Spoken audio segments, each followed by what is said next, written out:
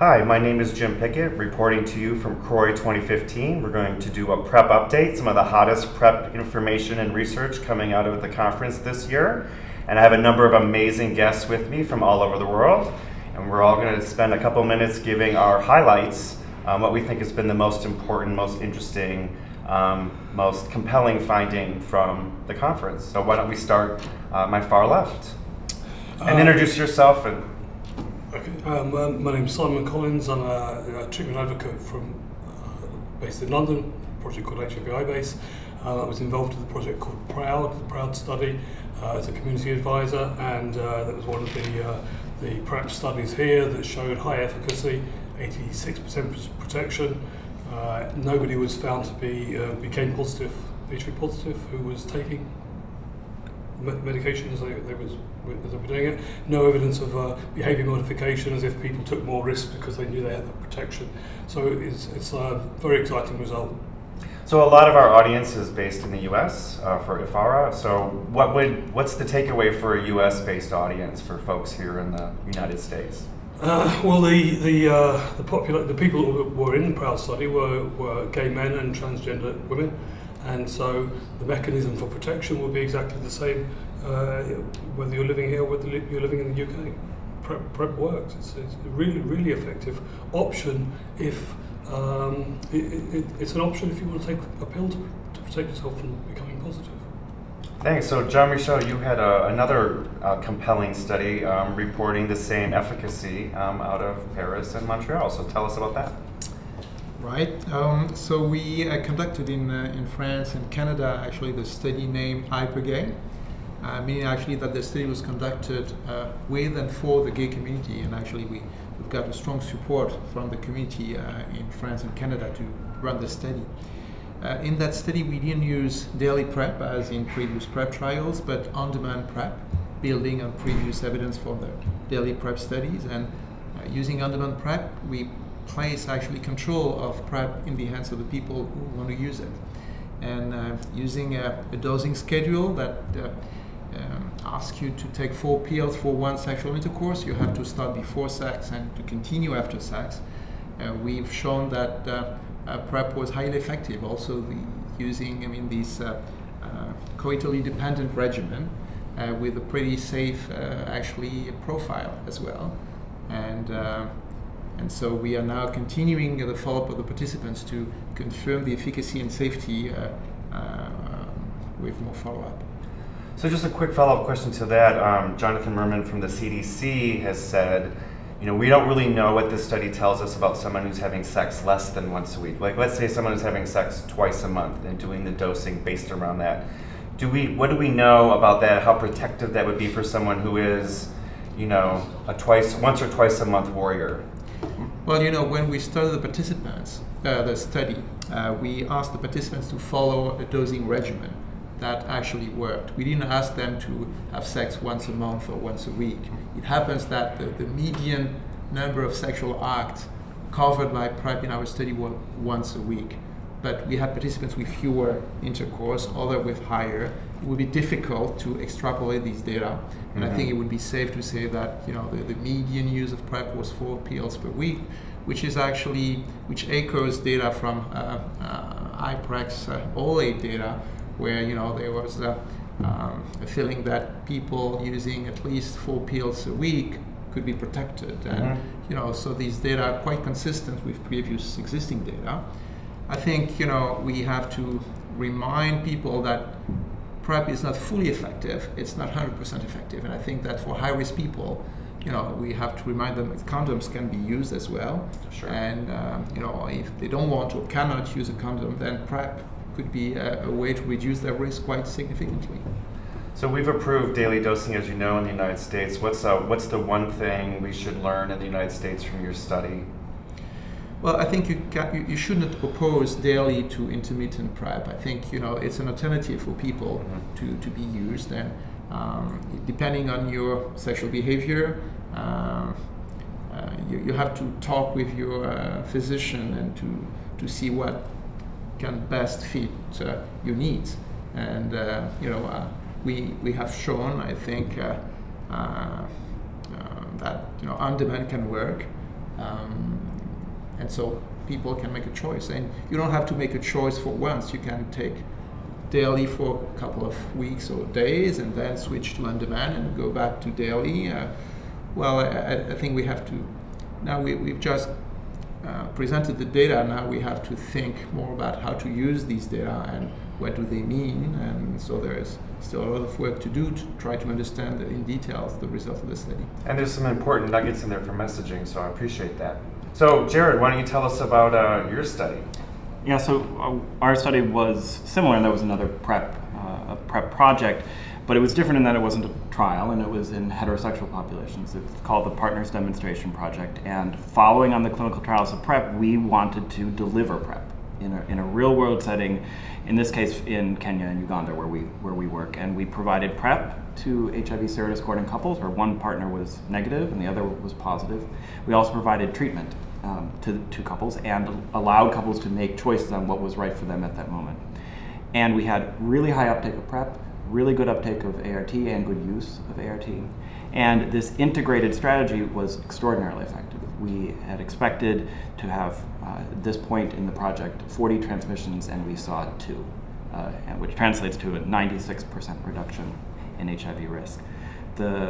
We think our results speak really well for how couples together can use both treatment and PrEP to reduce their risk in Africa, in other settings. And also, I think one of our big goals in doing this PrEP demonstration project was to talk about how, if you give the opportunity for people to use PrEP, whether they'll use it. And I think our study, and I think PROUD really speak to that effectiveness in real-world settings can be even higher than the efficacy in the randomized trials, because there's no more uncertainty about a placebo, there's no uncertainty whether this works, and those who come forward to say that this is something that they want to embrace really use it well and get tremendous benefit from it. So you talked in your beautiful talk yesterday about PrEP being a bridge. Can you describe what being a bridge, what does that mean? What does that metaphor mean? Yeah, so our strategy was called PrEP as a bridge to antiretroviral therapy. And so in a couple who's serodiscordant, one positive, one's negative, and they're not on PrEP or treatment yet, we used PrEP until the positive partner had started treatment, and then for 6 months afterwards. And for some couples, the treatment started right away and the PrEP was only for 6 months. And for some couples, the PrEP was much longer, because sometimes people who are positive aren't ready to start ART. And we worked with couples to figure out what was best for them. Sure. That bridge could be 6 months, could be longer, but it covers the period where the negative partner is most at risk, and bridges until treatment kicks in. And of course, treatment is extraordinarily effective. And that allows one person to carry some of the burden for a while and the other to carry the burden thereafter. We have a lot of couples who've said to us in qualitative research that it's that working together as a couple that made the strategy really work well for them. That's really nice. I wonder though, did they have an option to the person on PrEP stay on PrEP longer? We know we have serodiscordant gay couples in the United States where the partner is virally suppressed and the negative partner still wants like that extra protection, just that extra sense of security. They're not fully secure around the viral load being suppressed and that it actually works. So if someone wanted to do that, could they stay on PrEP as long as they felt like they needed it? They could. We wanted to make the project real world, and part of making it real world was individualizing a clinical discussion with couples.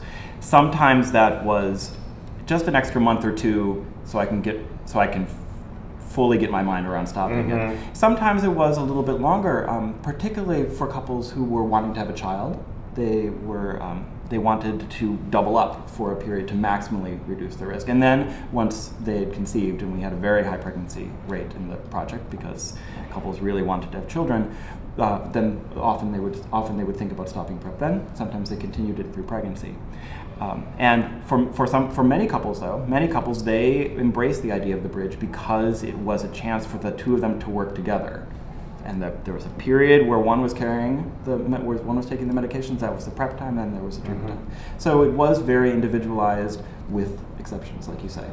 So just the same question I've asked the other fellows. So why is this important for the United States? What can we learn from this beautiful African study for our populations here in the U.S.? Well, in the U.S. there are there are heterosexual serodiscordant couples, just like there are in Africa, and developing strategies that are workable for couples in Nairobi or in Seattle means talking about treatment and talking about PrEP and how to make those work within that partnership. And I think certainly the biology works the same way, whether you're in Nairobi or in Seattle, and I think a lot of the discussion points work the same way. Rana, thank you. So, Mike, why don't you tell us about stuff earlier in the pipeline? You have a couple of interesting things happening. Yeah, I think one of the things that's generating excitement in the prevention field is injectable agents. There's a whole series of injectable agents, and they're being developed both for treatment and for prevention. You can kind of see, as we talk about couples, if there's anxiety about whether the index case, the infected person, is suppressed, you can see that if in fact they've received injections 2 or 3 times a year and the couples work together and they know that an injection is taking place, that would be, I think, incredibly reassuring in terms of the probability of reducing a transmission event. For a negative person wanting PrEP, there's the problem with remembering to take pills, carrying pills, so on and so forth. The notion of an injectable agent that would prevent HIV for long periods of time, a month, 2 months, 3 months, or longer, that is an attractive idea. Now, but it's early in the pipeline. Can we develop drugs that are safe, well tolerated, effective, and desirable? So that would be the alternative to the one agent that's available. We have one agent that's been approved, that's proven its success, has been discussed here. This dosing schedule thing, we've kind of twisted a little bit in the discussion about human behavior, but it's really a biological event. It's a pharmacological event. How much drug is there? How rapidly does that drug get metabolized into its active form? How long does it stay in the tissue? And that's what's really going on. And so as we develop new agents, we're really focused on the pharmacology of the new agents, likewise the existing agent.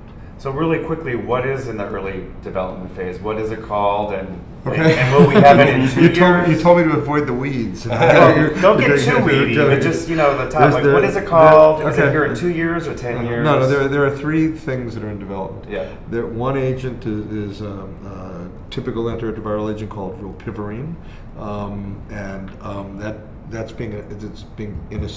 it's been used a lot as a pill. The injectables in a safety study called HPTN-076. Another injectable agent is an integrase inhibitor called cabotegravir. Again, that's in a safety study, but it's already completed one safety study in men who have sex with men in the United States. That drug is very likely to move forward into a clinical trial for prevention in the next year or so. Now, but that will take then 2 to 3 years for it to demonstrate that it works to prevent HIV. So we're in about a 3-year time frame for the cabotegravir agent. If everything goes well, remember there's a lot of things that can go wrong. This is serious research because we're injecting an agent. The agent is novel. So we're moving that way. And then the last thing is a really avant-garde idea that's kind of way off the radar screen right now, is monoclonal antibodies. Turns out that we know that there are antibodies that can prevent HIV or are likely to prevent HIV acquisition.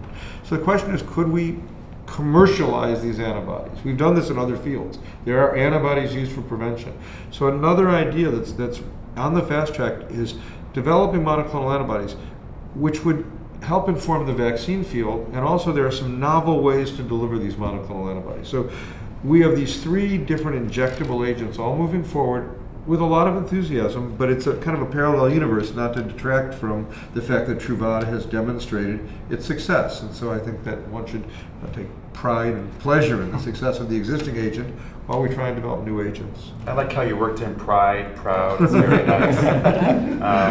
Proud to be IPERGAY. Right. So just one thing I'm very excited about the injectables too. I guess one concern there is, it's biological, but it is behavioral. Like, you have to show up for your shots, you got to take your pills. But we know women don't always show up for their birth control shots after 6 months. It starts to precipitously go down.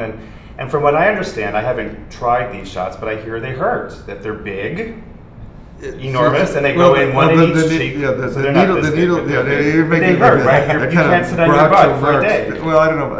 Okay, but I want to understand it. How hurtful is it? Well, first of all, we're just at the beginning of all this, so okay. I don't want to be too grandiose or too negative. Find something in between. The needle is the needle. It does right now require 2 shots, as you said. I think in the phase 1 and early phase 2 studies, these have been well tolerated, as has been the infusion of a monoclonal antibody.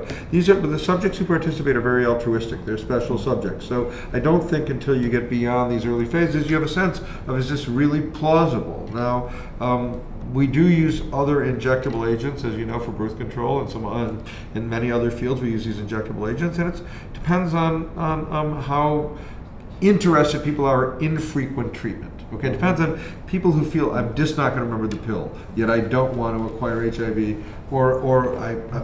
this is in the treatment field as well. You can see there's been a lot of enthusiasm in the clinics doing these treatment studies for subjects who would like to participate in a treatment study where they have very few shots a year, and then they're done. There's always the potential that the formulations will improve. Absolutely, but there's also the potential that we'll run into toxicity or side effects we don't anticipate. So my enthusiasm is tempered. Whenever I talk about this, I hear people saying, well, the next great thing, it's just about there. We have to temper that with, this is really serious research. In other words, of course it's serious, but the issue of toxicity that comes up on PrEP is sort of balanced against the option or the end result of taking lifelong treatment if you become HIV but positive. For the injectable agents, we can't get them out. Once we put them in. The so what we're worried about is there for a year. So. Not a year, well, not a year, but it's there for a long time. So if we have a side effect, the healthcare providers that are doing the trial are going to be totally concerned about the side effect. Whereas a pill, it's a pill, 1 day later it's gone. So my only point is we're very excited about this, but I want to temper enthusiasm about how early we are in development, if that makes sense. I appreciate that. We tend in this field get very excited, right. And then we've seen Where's the drug? Our hopes come crashing apart. I will say, as a positive person for 20 years, the idea of taking 4 shots a year as opposed to a handful of pills every day is very attractive to me as a positive person. And I'd be willing to have a hurt butt for a day. It's been hurt for you, many other times. We'll use lidocaine. Thank you. For you, they'll be be gentle, turn the lights down, be kind. And I would love to only take 4 shots a year and not 20 pills a day. The industry, I'm hopeful. The industry is very committed to the injectable treatments. I mean, that's a big commitment. That's not a little commitment. And I think psychologically, the idea that you can get away from the fear of HIV when you're having sex, I think this is like a new field, very exciting time. And that really ties everything together. I know about gay men, but for the last 30 years, there's not a gay man who hasn't worried, who's HIV negative, who hasn't worried the next day about whether they're still HIV negative. Yeah. And sort of psychologically, that's not a healthy situation to be in. It's very difficult to have a good, long, healthy sex life if actually you've got this cloud hanging over you. And now you've got both studies, both PrEP and IPERGAY, they're getting close to 100%. And the modelling that came out of IPERGAY study is if you're adherent, based on the daily pill, or even missing a few pills, you're likely to get close to 100% protection. And if you can do over the daily pill and do that with 4 shots a year, that's even more fantastic. So that leads, we're in the home stretch here, and we're talking about gay men. I'm going to turn to another non-gay man at the table, Mitchell Warren, advocate extraordinaire, to sort of pull this together. How should we think about the field from early trials to stuff that's being implemented? What are our marching orders? What do we need to do? Well, I think I would say a couple of things, much of which has already been said. And the one I would just pick up on what Simon just ended with. I do hope we have an injectable, but I hope it doesn't replace anything else. I think one of the great lessons we have, I think coming back to contraception and family planning, is that as we add new methods, they don't replace another method in the overall mix. They give people more options. And while I know there will be people for both treatment and for prevention who would much rather get an injection than take a pill, there will be people for whom an injection doesn't work. For whatever reason, whether it's the health system can't deliver it, whether it's their own personal desire. So we want that pill still to be available. So I think what we're talking about in classic method mix discourses, we need to be additive. And we've had too few options for too long. We all can remember back to when it was A, B, and C. We now have more C. We have voluntary medical male circumcision, at least in Africa. We now have oral PrEP. We hope we'll have a vaginal ring. We hope we'll have other agents, whether injected or to get into the body in different places. So I think the science has never been more exciting. I think that coming out of CROI, for me, the main message is we have to make sure we begin to act on the evidence. So what we saw with PROUD and IPERGAY and with partners is confirmation of what we've actually known increasingly since 2010, that Truvada is an incredibly potent drug. It is not only good treatment, but it can be good prevention if used correctly and consistently. Now, these 3 studies were essential to be done, and I don't mean to say we didn't need them, but they add to the evidence that we already had. So for me, the critical piece in the United States and all over the world is that we act on this evidence. Do we need to answer more questions? Do we need more research? Yes, but we need to be doing it in a way that operationalizes it so that it's not an 86 or 96 in a clinical trial with a few hundred or a few thousand people, but that we are seeing if, and there still is an if, can we take this to scale? Can we do with prevention what we have done with treatment? Not to say we need the same numbers because prevention is different than treatment, but can we have public health impact? We have seen public health impact with treatment. We have not yet seen public health impact with PrEP, and that's because PrEP is new. So we need to, I look forward to the CROIs of 2016 and 2017 and 2018 where we take what we've seen presented in this meeting and take it to scale. But the second half of that is back to what Mike was describing, that even if we take oral PrEP to scale, and we should, and we will, and I think it will show impact, it won't be enough. And we need to keep a robust pipeline of other methods. Both the things that Mike described, and I'm rest assured, last year at CROI, we were talking about 26 monkeys that got GSK 744. Just last week we talked about 4 monkeys that got protected through another new protein coming out of very interesting and exciting science. There'll be things talked about in 2 or 3 years that we can't even think about or conceive of today, and we need to be sure that we prioritize the introduction and scaling up of the things that are being proven, but that we don't lose sight of maintaining a robust pipeline. Research is what got us here to 2015 with even the conversation of 96%. We need to continue that investment in earlier stage science so that we have even better technologies going forward. Beautiful. So I want to thank the panelists for being with us today, for sharing their wisdom and some insights from this conference. Point you to the website. There's a great CROI conference website. I'm sure they can stick it on the screen for you. Go visit it. All the presentations, all the slides are all recorded and there for you. So if you weren't here, you can feel like you were here, just a little bit delayed. So check it out. And again, thanks for your time. Thanks, Jim. Thank you. Thanks, Jim.